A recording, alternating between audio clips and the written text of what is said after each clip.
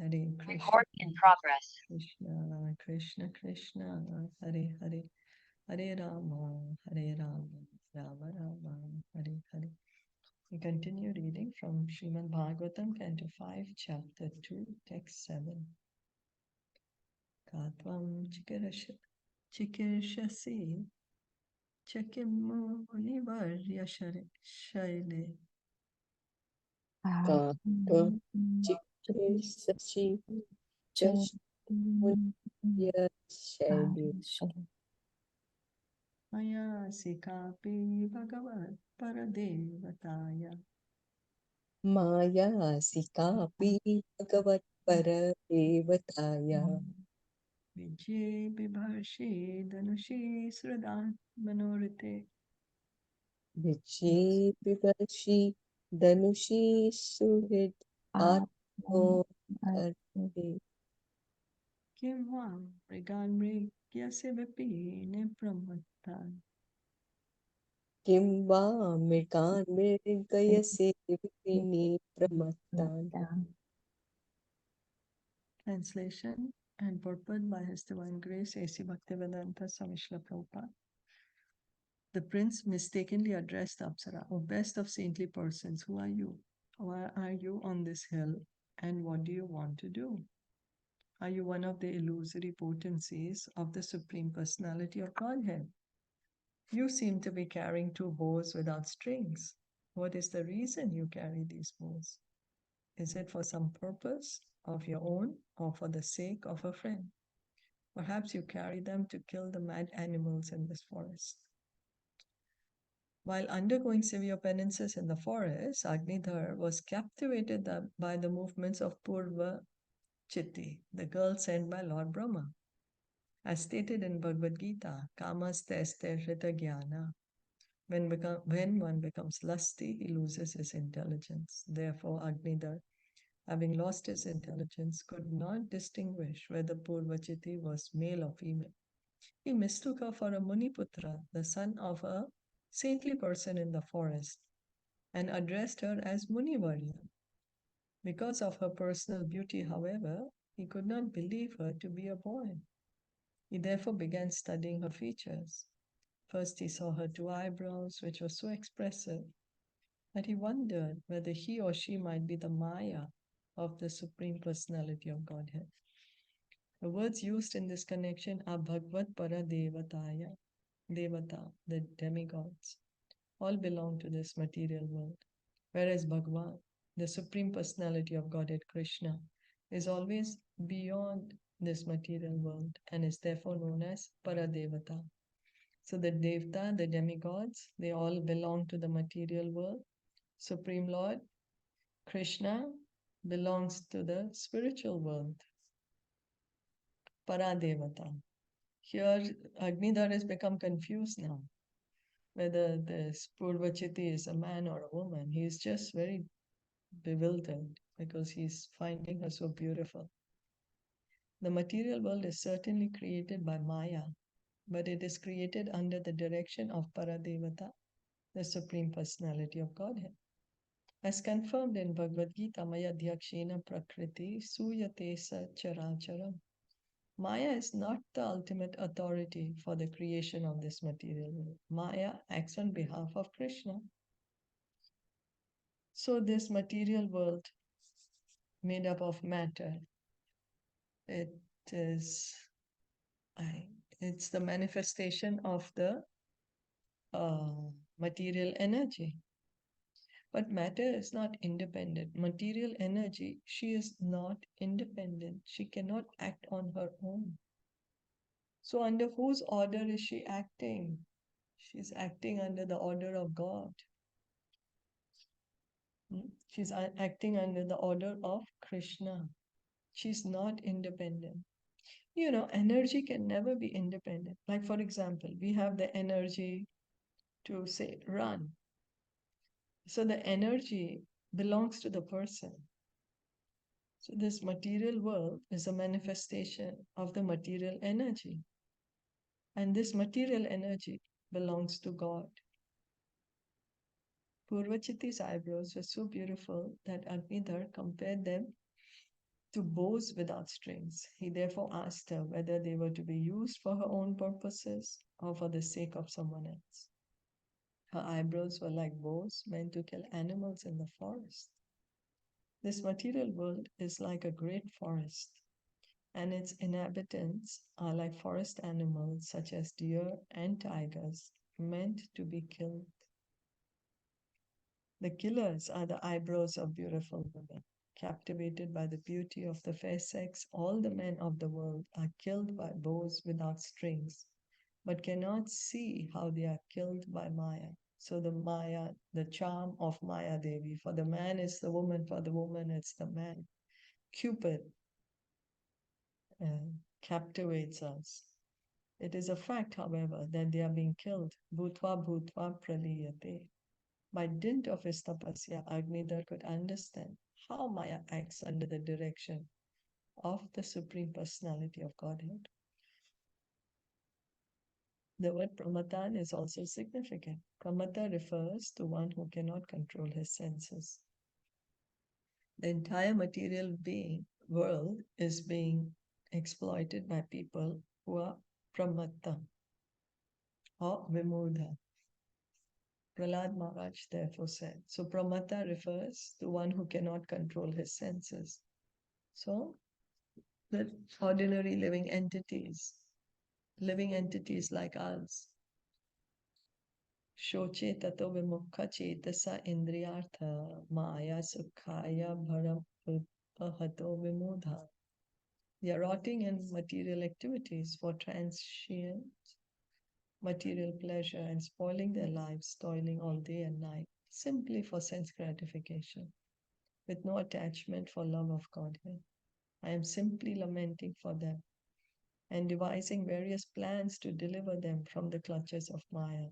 Bhagavatam, Canto 7, Chapter 9, Text 43. So Prahlad Maharaj is saying this. We can see the compassion of a pure devotee. Prahlad Maharaj is pure devotee. He has love for God. But he's not simply satisfied with that. He is concerned about each and every one of us. He's saying he's devising plans. He's making plans how to deliver the conditioned souls from Maya. This is the compassion of a pure devotee, and that's the reason that the pure devotee is the most compassionate.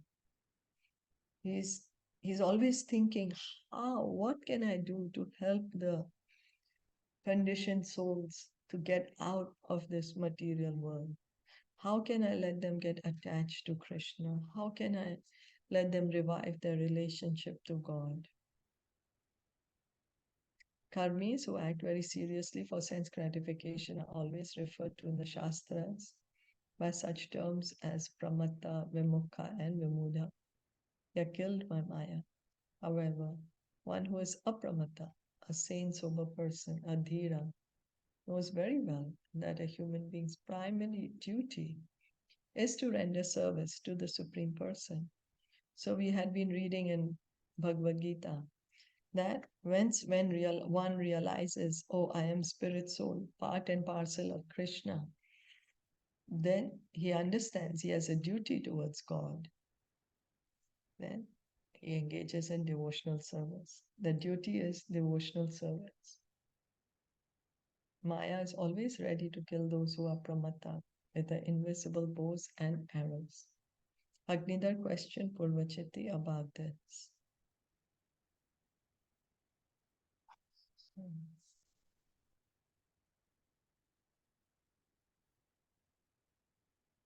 Vana vimau bhagavata shata patra patra.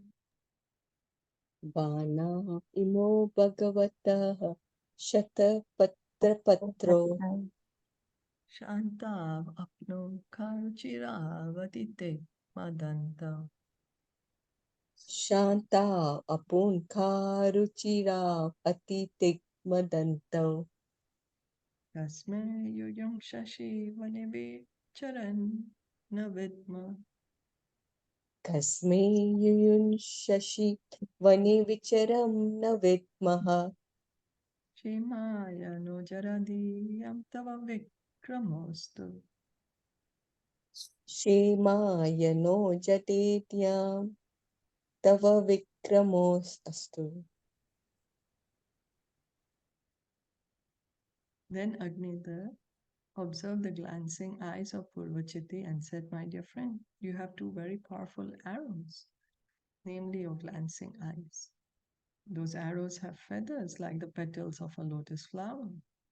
Although they have no shafts, they are very beautiful, and they have very sharp, piercing points. They appear very peaceful. And thus it seems that they will not be shot at anyone. You must be loitering in this forest to shoot those arrows at someone. But I cannot understand who. My intelligence is dull, and I cannot combat you.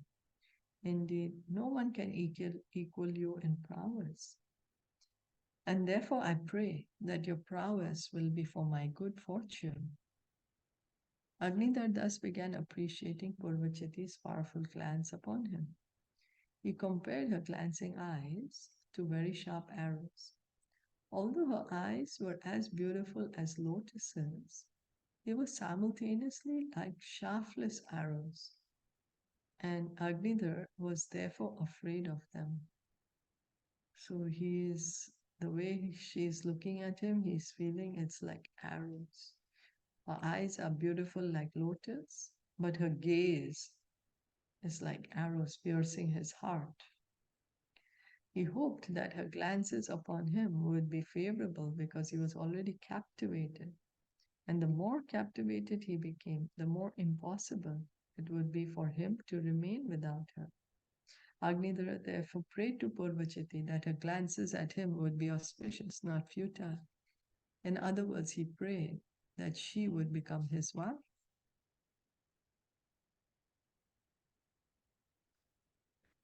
Shishya ime bhagavata paritapatante शिष्या इमे भगवत परितः पठन्ति gayanti samasahar hasyam ajrashamisham गायन्ति श्यामसरहस्यम् अजस्रम् ईशम् yushmat chikavilulitasum manobhivrishti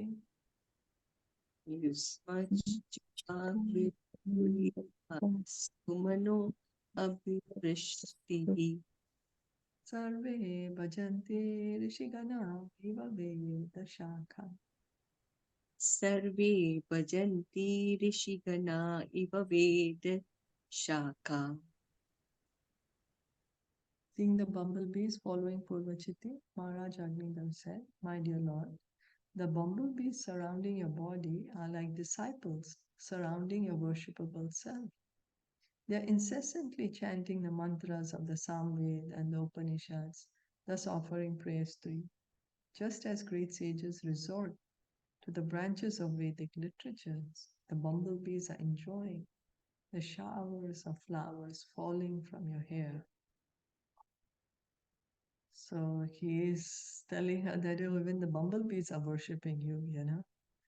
You're so beautiful that everyone is worshipping you. The bees are worshipping you and they're chanting mantras," he's saying. They're praying to you.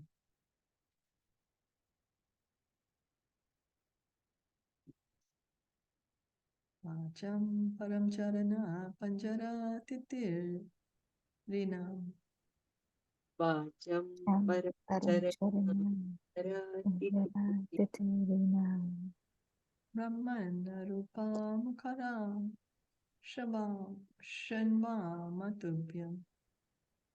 ब्रह्मन् अरूपमुखरां शृण्वन् मातुभ्यम् Labdha kadamba ruchiram kavitam kabimbe लब्धा कदम्बरुचिकं कवितं कविम्बे Yasyamalata paridikvachaval kalamte. यस्याम् अलात परिधि क्वच वल्कलं के. Oh Brahmana, I can simply hear the tinkling of your ankle bells. Within those bells, titiri birds seem to be chirping among themselves. Although I do not see their forms, I can hear how they are chirping. When I look at your beautiful circular hips, I see they are the lovely color of kadamba flowers, and your waist is encircled by a belt of burning cinders. Indeed, you seem to have forgotten to dress yourself. With lusty desires to see Purvachiti, Agnidhara especially gazed upon the girl's attractive hips and waist. When a man looks upon a woman with such lusty desires, he is captivated by her face, her breasts, and her waist. For a woman first attracts a man to fulfill his sexual desires by the beautiful features of her face, by the beautiful slope of her breasts, and also by her waist. Purvachiti was dressed in fine yellow silk, and therefore her hips looked like kadamba flowers because of her belt. Her waist seemed to be encircled by burning cinders. She was fully dressed, but Agnidhar had become so lusty that he asked, "Why have you come naked?" Kim sambratam ruchirayor dvijashringayoste Kim samvritam ruchirayo dvijashringayoste madhye krishavahasi tatra shishita me मध्ये कृशो वहसि यत्र दिशि Shrita pankorunasarabir atmavishana idre Arunashri Atmavishana Nilashamam samagamisura bikaroshi. येनाश्रमन् सुभगमेश्वरपि कर्षि Agnidhar then praised Purvachiti's raised breasts. He said, "My dear Brahmana, your waist is very thin, yet with great difficulty you're carefully carrying two horns, to which my eyes have become attracted. What is filling those two beautiful horns? You seem to have spread fragrant red powder upon them, powder that is like the rising morning sun. O fortunate one, I beg to inquire where you have gotten this fragrant powder that is perfuming my ashram, my place of residence." Agnidhar appreciated Purvachiti's raised breasts. After seeing the girl's breast, he became almost mad. Nevertheless, he could not recognize whether Purvachiti was a boy or a girl, for as a result of his austerity, he saw no distinction between the two. He therefore addressed her with the word Dvija, O Brahmana. Yet, why should a Dvija, a Brahmana boy, have horns on his chest? Because the waist was thin. Agnidhar thought he was carrying the horns with great difficulty, and therefore they must be filled with something very valuable, otherwise, why would he carry them?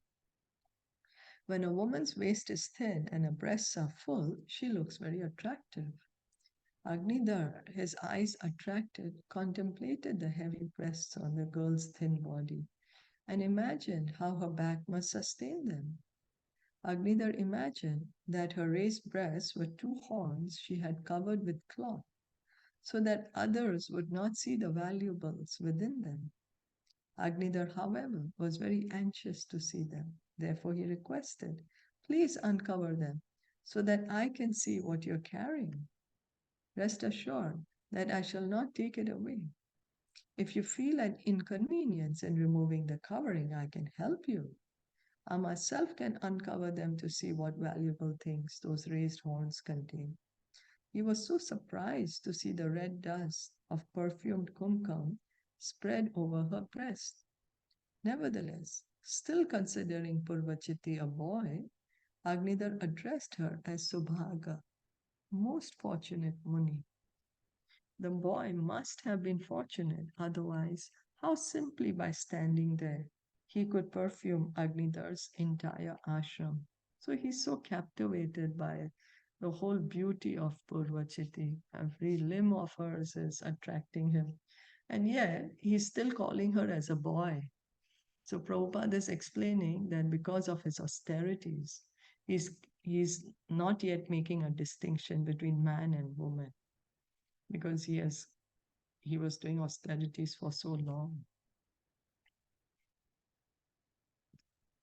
Lokam pradarshaya sruhitam tavakam me Lokam pradashaya sutam tavakam me yatra yatra tyaitam urasha vaya ya apurva yatratya itam urushavaya vav apurva tasmad vidasya mana onyana vibharti asmad vidasya mana unnayano vivarti Bahav advatam sarasara sasuha vivaktre Vahav adibhutam sarasarasa sudadivaktre. Oh, best friend, will you kindly show me the place where you reside? I cannot imagine how the residents of the place have gotten such wonderful bodily features as your raised breasts, which agitate the mind and eyes of a person like me who sees them. Judging by the sweet speech and kind smiles of those residents, I think that their mouths must contain nectar. Still bewildered, Agnidhar wanted to see the place from which the Brahmana boy had come, where the men had such raised breasts. Such attractive features, he thought, must be due to severe austerities performed there. Agnidhar addressed the girl as Suhritama, the best friend, so that she would not refuse to take him there. Not only was Agnidhar captivated by the girl's raised breasts, he was also attracted by her sweet speech. Nectar seemed to emanate from her mouth, and therefore he was increasingly surprised.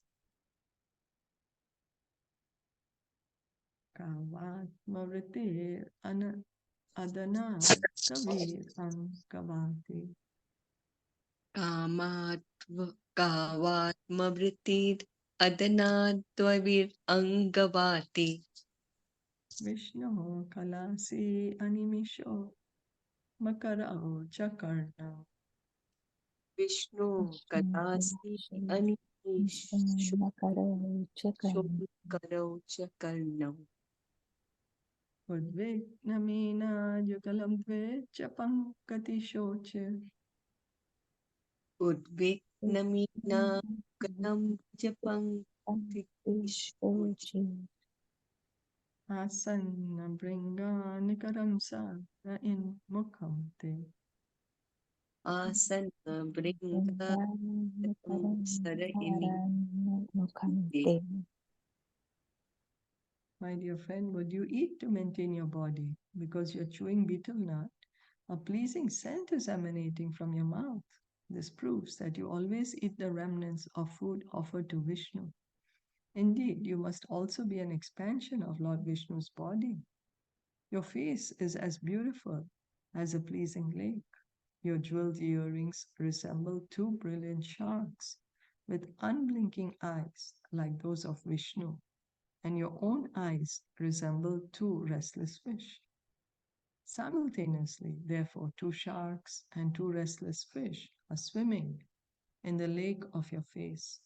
Besides them, the white rows of your teeth seem like rows of very beautiful swans in the water, and your scattered hair resembles swarms of bumblebees following the beauty of your face. The devotees of Lord Vishnu are also his expansions. They are called Vibhinamsha. So the separated expansions, Vibhinamsha. Swamsha are personal expansions of Lord Vishnu. They are Vishnu Tattva. But the living entities are called Vibhinamshas. They are separated parts and parcels. All the living entities, the souls, are Vibhinamsha. Lord Vishnu is offered all kinds of sacrificial ingredients, and because devotees always eat prasad, the remnants of his food, The scent of sacrificial ingredients emanates not only from Vishnu, but also from the devotees who eat the remnants of his food, or the food of his devotees.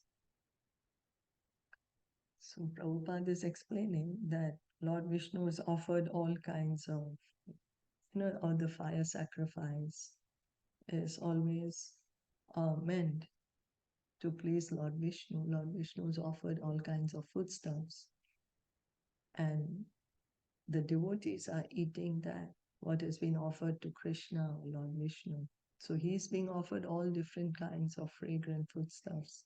Devotees are eating that. So it's all very fragrant. Agnidhar considered Purvachiti an expansion of Lord Vishnu because of the pleasing scent of her body. Aside from that, because of her jeweled earrings, shaped like sharks, because of her scattered hair, resembling bumblebees, mad after the scent of her body, and because of the white rows of her teeth, which resembled swans, Agnidhar compared Purvachiti's face to a beautiful lake decorated with lotus flowers, fish, swans, and bumblebees. Yusau tvayakara sarojahata patango.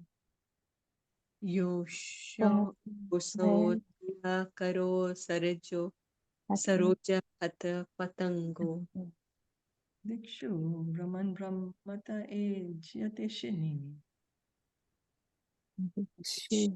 Mandramata Ejayate Shinini Muktam nate smarasi vakrachata varutham. Muktam Tis Vakrajata Ashto niloharati lampata eshanivim. Kashto Nilo Harati Lampata Eshanivim. My mind is already restless, and by playing with a ball, moving it all about with your lotus-like palm, you are also agitating my eyes. Your curling black hair is now scattered, but you are not attentive to arranging it. Are you not going to arrange it? Like a man attached to women, the most cunning wind is trying to take off your lower garment. Are you not mindful of it? The girl Purvachiti was playing with a ball in her hand, and the ball seemed like nothing but another lotus flower, captured by her lotus-like palm. Because of her movements, her hair was loose, and the belt holding her cloth was giving way, as if the cunning wind were trying to make her naked. Yet she paid no attention to arranging her hair or fixing her dress. As Agnidhar tried to see the girl's naked beauty, his eyes were very agitated by her movements. So we can see, the beautiful girl in the heavenly planets. She's so beautiful, so beautiful. And so, how much more beauty would be there in the spiritual world? Already, because she's from a very high planet, and where the beauty over there is much, much, much more than we can imagine, thousands and thousands of times more. So, so much beauty is there. So, then how much beauty is there in the spiritual world? How beautiful the people look there, in the spiritual world, in the spiritual bodies, the spiritual forms. Rupam tatodhana tapaschara charatam tapogna. Rupam Tapodana Tapascharatam Tapo Ginam Eta tukena tapasa bhavato palabdam. E Tukena Tapasa Bhavato Palabdam Chartum tapursi maya saha mitramayam. Chatum Tapur Sasi Maya Saha Mitramayam Kim va prasidati save bhava bhavano. किं वा प्रसीदति स वै भव भावनो मे. O best among those performing austerities, where did you get this wonderful beauty that dismantles the austerities performed by others? Where have you learned this art? What austerity have you undergone to achieve this beauty, my dear friend? I desire that you join me to perform austerity and penance, for it may be that the creator of the universe, Lord Brahma, being pleased with me, has sent you to become my wife. Agnidhar appreciated the wonderful beauty of Purvachiti. Indeed, he was surprised to see such exceptional beauty, which must have been the result of past austerities and penances. He therefore asked the girl whether she had achieved such beauty just to break the penances and austerities of others. He thought that Lord Brahma, the creator of the universe, might have been pleased with him and might therefore have sent her to become his wife. He requested Purvachiti to become his wife so that together they could perform austerities and penances in family life. In other words, a suitable wife helps her husband perform penances and austerities in household life. If both of them are on the same elevated platform of spiritual understanding. Without spiritual understanding, husband and wife cannot be equally situated. Lord Brahma, the creator of the universe, is interested in good progeny. Therefore, unless he is pleased, one cannot get a suitable wife. In fact, Lord Brahma is worshipped in marriage ceremonies. In India, even today, wedding invitations are still issued with a picture of Lord Brahma on the face of the card. So, Prabhupada is explaining that Lord Brahma, it's his service to populate the universe. So he's happy when people get married and then they can have good children. And so it seems even on wedding cards, Lord Brahma is. They put a picture of Lord Brahma. Hare Krishna. So now he could make, now he knew that she's a woman. Yeah. Now he's understanding. First he was so bewildered he couldn't Yeah, understand. and then he thought, she's a Brahmana. Yeah. Yeah, he was so captivated. And because he was doing austerities all the time, he was not able to differentiate between man and woman. And now he's understanding, oh, she's a woman. He wants her to become his This wife. is what. Seems like that now, yeah. न त्वां त्यजामि दयितं त्वेज देवदत्तम् Na tvam tyajami dayitam dujate vadattam. यस्मिन् मनोद्रेक अपि no न याति लग्नम् Yasmin manodik apino na viyati lagnam. मां चारुशृङ्गी अर्हसि नेतमनुवृतं ते Mam charu shringi arhasi netum anuvratam te. चित्तं यथा प्रतिसरन्तु Shiva सचीव्य Chitam yata prati sarantu shivas. Yeah. Lord Brahma, who is worshipped by the Brahmanas, has very mercifully given you to me, and that is why I have met you. I do not want to give up your company, for my mind and eyes are fixed upon you and cannot be drawn away. O woman with beautiful raised breasts, I am your follower.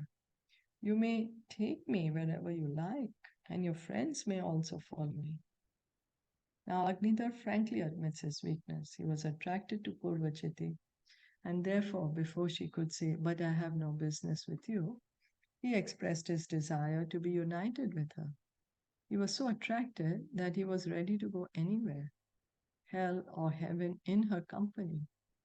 When one is absorbed in lust and the influence of sex, one surrenders to the feet of a woman without reservations. Srila Madhvacharya remarks in this connection that when one engages in joking and talking like a crazy person, One may say anything and everything, but his words will be meaningless.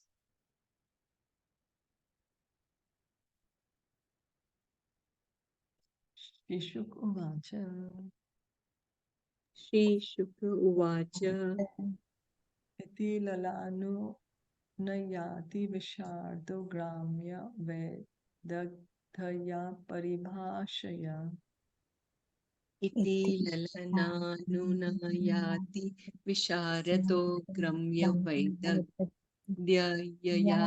Paribhashaya Tam Vibhuda Vadhum Vibhuda Matir Adi Sabhajayam Asa Tam Vibhuddha Vatum Vibhuddha Mati Adisabhasya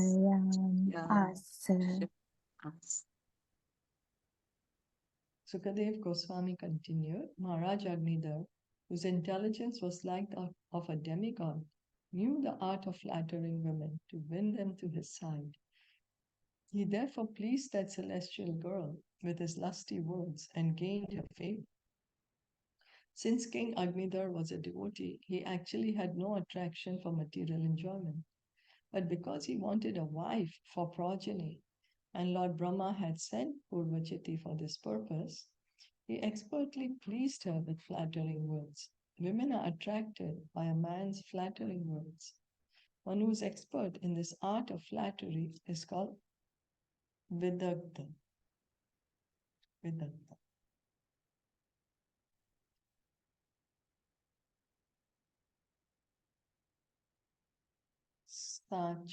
Tatastasya Veera Yuthapate Buddhishila Rupavaya. Sacha Tatastasya Pate Buddhi Chila Yodaryena Parakshiptamanastena Saha Yuta Yuta.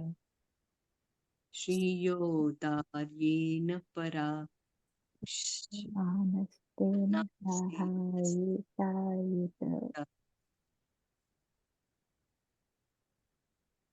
Parivatsaropalakshanam kalam jambudvipapatena bhava. Parivatsaropalakshanam Kalam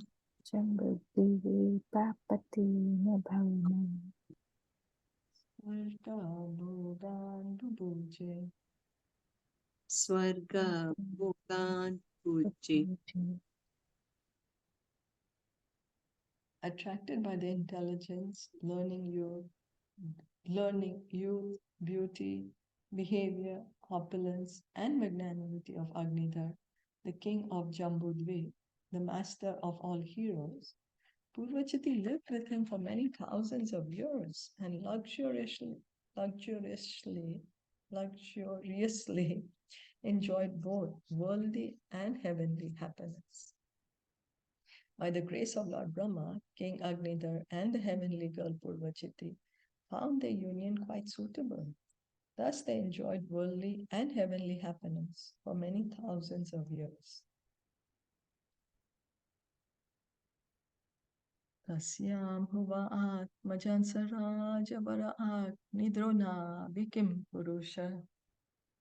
Tasyam Uhava Atmajan Sarajavara Agnidharo Navi Kim Purusha. Harivarshila vrata ramyaka hiranmaya kuru bhadrashvaketumala.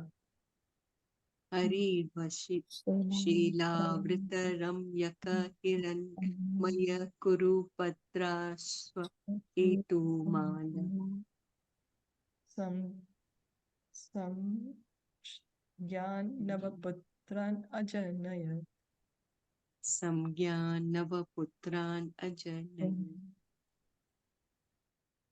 In the womb of Purvachiti, Maharaj Agnidhar, the best of kings, begot 9 sons, named Nabhi, Kimpurusha, Harivarsha, Ilavrat, Ramyaka, Hiranmaya, Kuru, Bhadra Ashwa, and Ketumala. Sustuvatha sutan nava nuvatsaram graha eva pahaya purvachitir. Susutwata Sutanavanuvatsar Ram Griye Evan Pahaya Purvachitte Bhuya evajam devam apataste. Bhuya Evajam Devam Upataste. Purvachiti gave birth to these 9 sons, one each year. But after they grew up, she left them at home and again approached Lord Brahma to worship him. There are many instances in which Apsaras, heavenly angels, have descended to this earth by the order of a superior demigod like Lord Brahma or Lord Indra, have followed the demigod's order by marrying someone and giving birth to children, and have then returned to their celestial homes. For example, after Menaka, the celestial woman who had come to delude Vishwamitra Muni, gave birth to the child Shakuntala, she left both the child and her husband and returned to the heavenly planets. Purvachiti did not remain permanently with Maharaj Agnidhar. After cooperating in his household affairs, she left Maharaj Agnidhar and all 9 sons and returned to Brahma to worship him. Agnidhra sutaste matur anugrahad au patikene vasamhanana. Agnidhra Sutaste Matur Anugrahad Patti Keneva Samhanana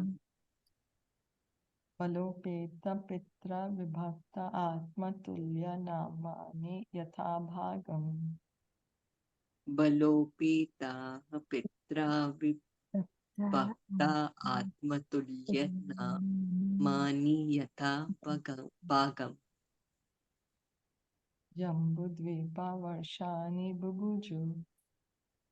Jambudvipa Varshani Bubuju. Because of drinking the breast milk of their mother, the 9 sons of Agnidhar naturally had strong, well-built bodies. Their father gave them each a kingdom in a different part of Jambudvi. The kingdoms were named according to the names of the sons. Thus, the sons of Agnidhar ruled the kingdoms they received from their father.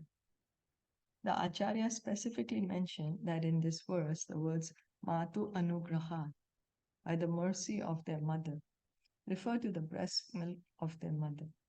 In India, it is a common belief that if a baby is fed his mother's breast milk for at least 6 months, his body will be very strong. Besides that, it is mentioned herein that all the sons of Agnidhar were endowed with the nature of their mother. Bhagavad Gita 1.40 also declares Trishu Dushtasu Vashneya Jayate Varna Sankara. When women are polluted, Varna Sankara, unqualified children, are generated. And when the Varna Sankara population increases, the entire world becomes hellish. Therefore, according to Manu Samhita, a woman needs a great deal of protection in order to remain pure and chaste, so that her children can be fully engaged for the benefit of human society. So, protection of women so that they don't get manipulated by unscrupulous men, and so that the children are also, the children born will also be pious and doing all their duties nicely. Agnidro Raja Tripta Kamanam Apsarasam Evanudinam Adi. Agni Ro Daja Tripta Kamanam Apsaras Sam Evanudinam Adi. Manyamanastasya salokatam shrutibir ava runda yatro pitaro matayante. Manyamanastasya Salokatam Shrutibir Avarunda Yatra Pitaro Madayanti. After Purvachiti's departure, King Agnidhar, his lusty desires not at all satisfied, always thought of her. Therefore, in accordance with the Vedic injunctions, the king, after his death, was promoted to the same planet as his celestial wife. That planet, which is called Pitralok, is where the Pitas, the forefathers, live in great delight. If one always thinks of something, he certainly gets a related body after death. Maharaj Agnidhar was always thinking of Pitralok, the place where his wife had returned. Therefore, after his death, he achieved that same planet, probably to live with her again. Bhagavad Gita also says, Yam yam vapi smaran bhavam tad tyajati ante kalevaram tam tam evaiti kaunteya sada tad bhava bhavitaha. Whatever state of being one remembers, when he quits his body, that state he will attain without fail. Bhagavad Gita 8.6. We can naturally conclude that if we always think of Krishna or become fully Krishna conscious, we can be promoted to the planet of Golok Vrindavan, where Krishna eternally lives. So, whatever is our desire, Krishna fulfills our desire. What we really want, we will always think of that. And then Krishna is saying, whatever one keeps thinking, that's of course going to come at the time of death. And then we can go to that place or that state of being that one has always been thinking of.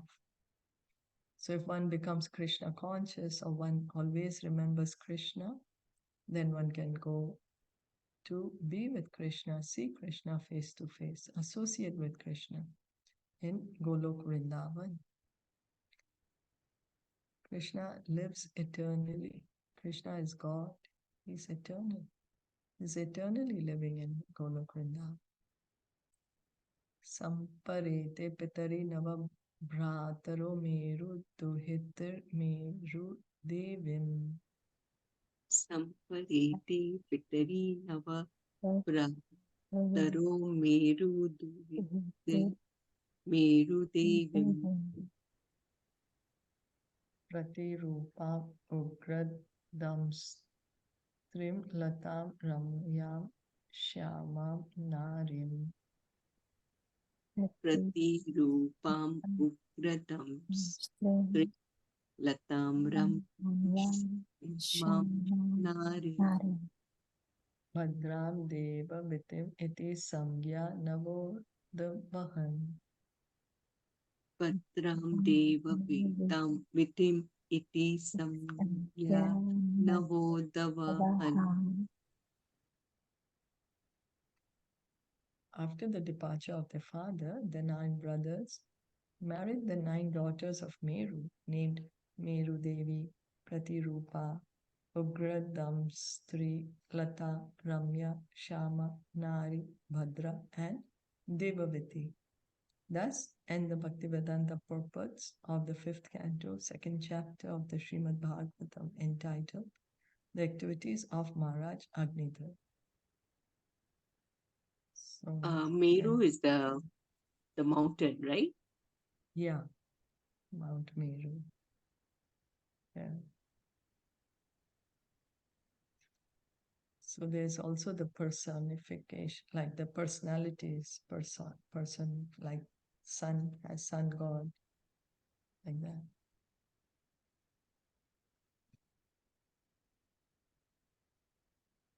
So from the beginning only he had that thing that he wants to go to the Pitralok before even the Apsara came in his life. Yeah, he Right? wanted to go Pitralok. Yeah, that's why he did the austerities to get the favor of Lord Brahma. And she comes from Brahmalok, right? From the heavenly planet. Came from the heavenly planets. Yeah, I'm not exactly sure which planet she came from. But it seems she was living in Pitralok. That's Okay. where he's gone. Oh, is it? So, I thought I she don't know, left this and then was she went to mentioned. Pitralok. After she Okay. left, and then she left and she went to Pitralok and then he came. Yeah. Okay. Yeah. Mm. Okay. But the idea is that she's like not Mm. like the earthly. She's not Mm. belonging to the earthly planets. She's coming from the higher planets. Yeah. And so important that what you desire, and God will give you that, will fulfill your Yeah. desire. So Yeah. we should be very careful with what we desire. Yeah. That's right. No? And we can see It's- that Krishna is so kind and compassionate that he's fulfilling all our desires. Right. As you say, we have to be careful. Huh?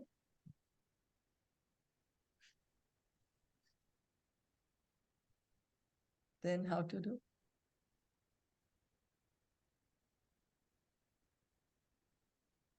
Hearing and chanting. Then, yeah, that's why we need to continually to hear and chant. So at least some good desires can also come in our heart, you know. Yeah.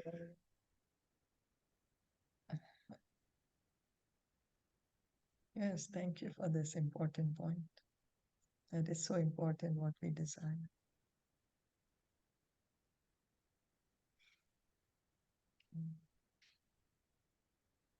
So that's, and we should also desire to serve the devotees somehow or the other. It's very purifying, helps a lot. Yeah, to serve the devotees. So let's stop here for today. Srimad Bhagavatam ki jai, Srila Prabhupada ki jai, Gaur Bhakta Vrinda ki jai.